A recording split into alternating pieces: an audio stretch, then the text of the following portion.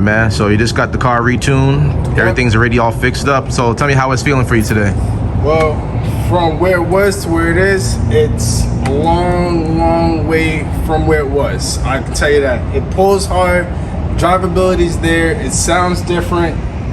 It's on par for where it needs to be. That's for sure. Right. So when you actually got the pull on just now, what's the before and after difference from the last time it pulled and what now it's pulling now with all the bugs all fixed? RPMs climb smoothly, climb a lot faster than I was used to. There seems to be a little bit more lag before, and that's completely eliminated. Torque is there, horsepower is there. It's where it needs to be. All right, man. Well, I appreciate you coming through, bro. Yeah, man. All right, bro. This is Desmond Pierre here at Performance Destination, back to you again with another customer's car. This customer brought in his Evo8. It's a 4G63 head, 4G64 bottom end.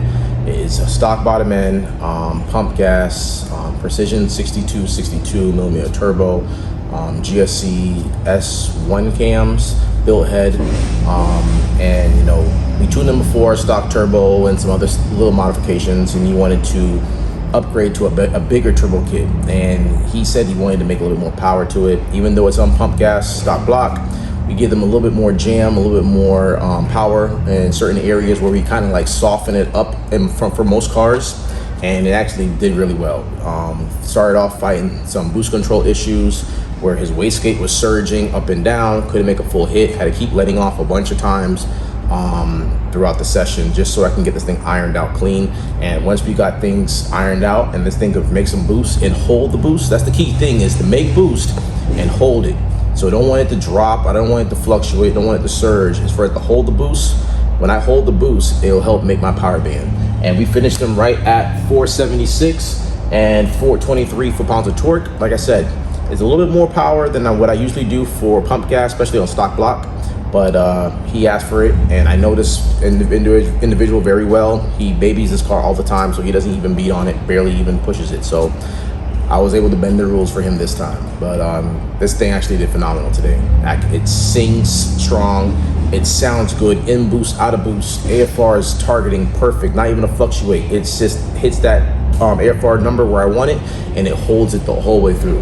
It hits that boost where I want it, and it doesn't even drop. It holds all the way through. And with the fuel and boost being held all the way through, it just holds the power band nice and smooth all the way to red line. Power doesn't fall off, power doesn't drop, power doesn't fluctuate. A nice smooth graph like this tells you how efficient the tuning is on this thing, how efficient the power band is on this thing, how efficient everything is set up and how it's running. You know, the graph never lies, regardless of what dyno you're on. It could be any dyno. The graph never lies, how smooth it is, how the curve is, and that's what I mainly do. I focus on the curve, but still, you know, depending on the car, the setup, I keep it kind of safe, or where I have to, if I have certain cars, you know, fully built setups, then I push it to wherever the goal is. But my overall, with tuning with me, is running healthy, running safe, and running efficient.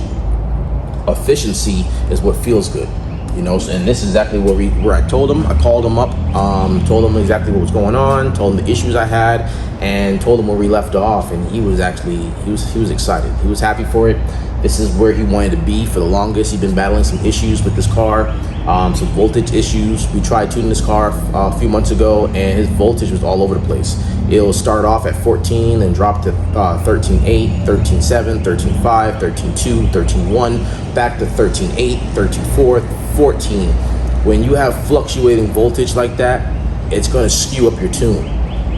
Remember, your voltage, your injectors work off of your voltage. If your voltage is fluctuating, your injectors is going to fluctuate and pulse the same way the voltage carries.